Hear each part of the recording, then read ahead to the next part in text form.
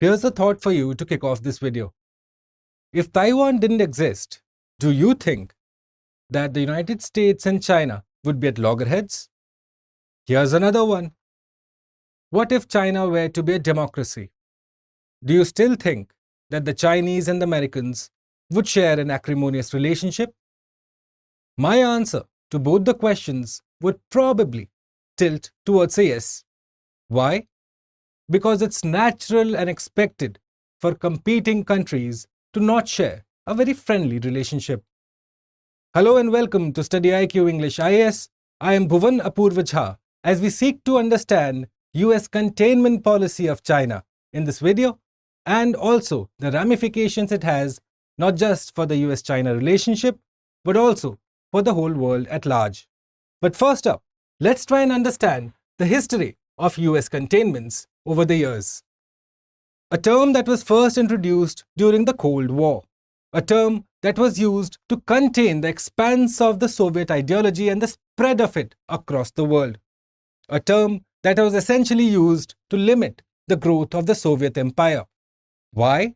Because Cold War at its very heart was a battle of ideologies between capitalism and communism. Now, this tactic aimed to contain communism inside its existing frontiers, limiting its spread. US containment is a policy that has been a major part of US foreign policy, and over the years, it has had many such consequences for the global world order.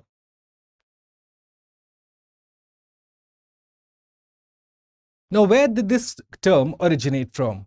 So, in 1947, George Kennan came up with an essay, The Sources of Soviet Conduct. And in that essay, he said that the only way to stop the expanse of the Soviet Empire was to limit the spread of the Soviet Empire in its existing frontiers. They couldn't grow past that point. And number two, you have to shore up Western democracies simultaneously. Why?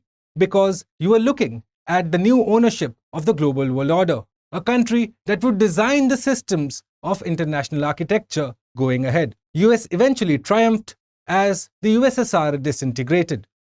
Kennan, in fact, advocated for no use of force and adopted a wait-and-watch policy, an advice that paid off for the United States of America. Now, this policy made sense then because Soviet Union was indeed promoting its ideology across and past its borders. So you had countries like Ethiopia, Cuba, Angola, Korea, all countries where Soviet Union went in with a view to promoting its ideology, which essentially meant that America needed to have a containment policy in force. Fast forward to the 21st century in the year 2023. Do we see China trying to do the same? Not exactly. However, US does have and still has a US containment policy towards China. So it's important to understand at this moment what's the Chinese perspective on US containment. Now, China feels that it has earned the right through its massive growth. Now, China feels that it has earned the right to be vocal on the global stage, that it has earned the right to be called as the next superpower. Obviously, this containment policy is seen as a direct affront to the sovereignty and territorial integrity of PRC. China sees the US as once again trying to repeat the humiliation that it had been subjected to or claims to have been subjected to over the centuries. This time, though, China seems to not take it lying down. This direct attack by President Xi Jinping, the Chinese premier, on the United States, in no uncertain words, is a problem area. He accuses the United States of trying to contain China through a strategy of encirclement and suppression. Now, these are very serious charges that can potentially destabilize the whole world order. So we will try and understand whether these charges have any merit or are they Chinese rhetoric as always. So first up, you have the ban on advanced semiconductor exports to China by the United States. Semiconductors, which are considered to be the brains of modern electronics, do have direct economic and military context insofar as US-China relationship is concerned, and more specifically, the national security of the United States. So you have China, which is faced with a crunch of semiconductors, and how have they responded? Well, with increased vigor. President Xi Jinping has said that the Made in China policy will be given renewed thrust, and that China aims to dominate the artificial intelligence realm by the year 2030.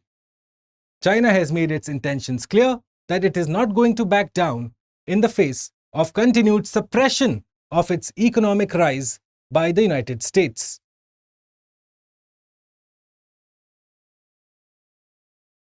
Now, when you compare this to, say, the Cold War, the only positive that one can find is the economic interdependence of the United States and China. However, President Joe Biden has said that he wants to undo this economic interdependence and that America should also have a goal of self-sufficiency and self-reliance. This was the only positive that now could possibly be undone. Obviously, decoupling seems to be on the anvil. Decoupling, which has essentially got economic and political connotations, is a specific term which we will be seeking to address in this video series on StudyIQ IAS.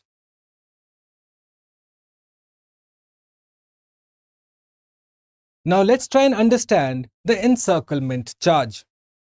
First up, we have Japan, a major power just east to China, which has now decided to recast its post-World War pacifist position. Japan has also decided to release a national security strategy with a view to developing counter-strike capabilities.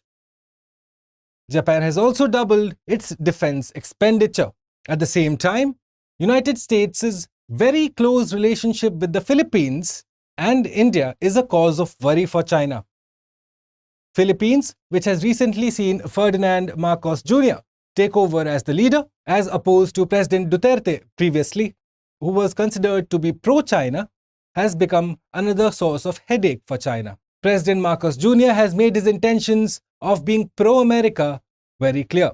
At the same time, India and the United States are cooperating on Quad, and India has also seen the proliferation of the term Indo-Pacific, led by the United States, essentially bringing in India into the fold of the conversation around the Asia-Pacific realm. At the same time, the increased arms transfer to Taiwan by the United States has become a cause of worry for the Chinese.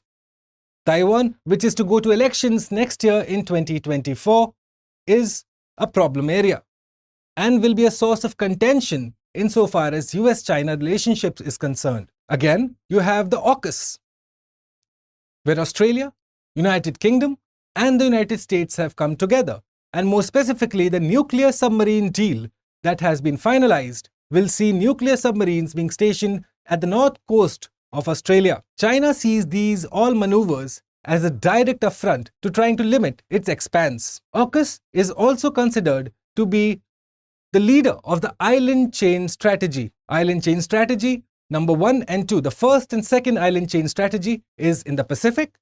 The fourth, fifth are now coming up in the Indian Ocean. Again, a specific term insofar as limiting China's expanse in this area is concerned. Now, what does China say? China says that rather than promoting cooperation, the US is trying to form a bloc of nations against it. That the US is relying on multiple allies to make sure that China is reined in.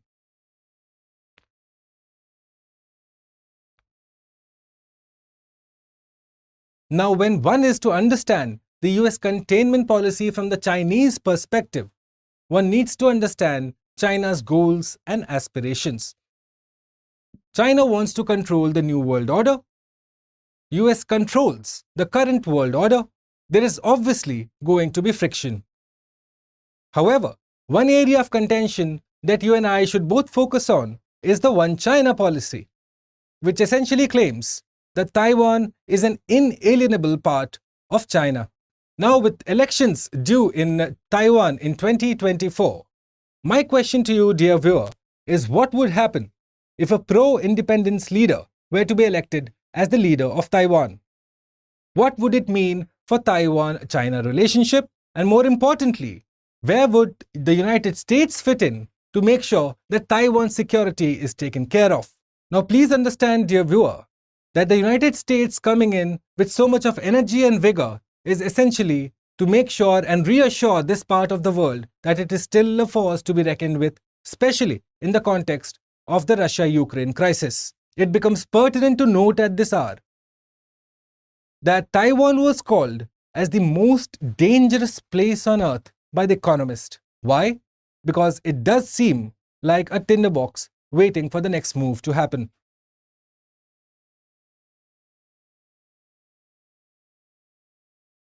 Finally, my dear viewer, to conclude, let us understand that the USSR was an empire in disguise, whereas China is a historical entity whose borders may not be so easy to dissolve. However, the United States does have an inherent advantage here. Number one, the United States has better allies, a global system that it designed and now controls.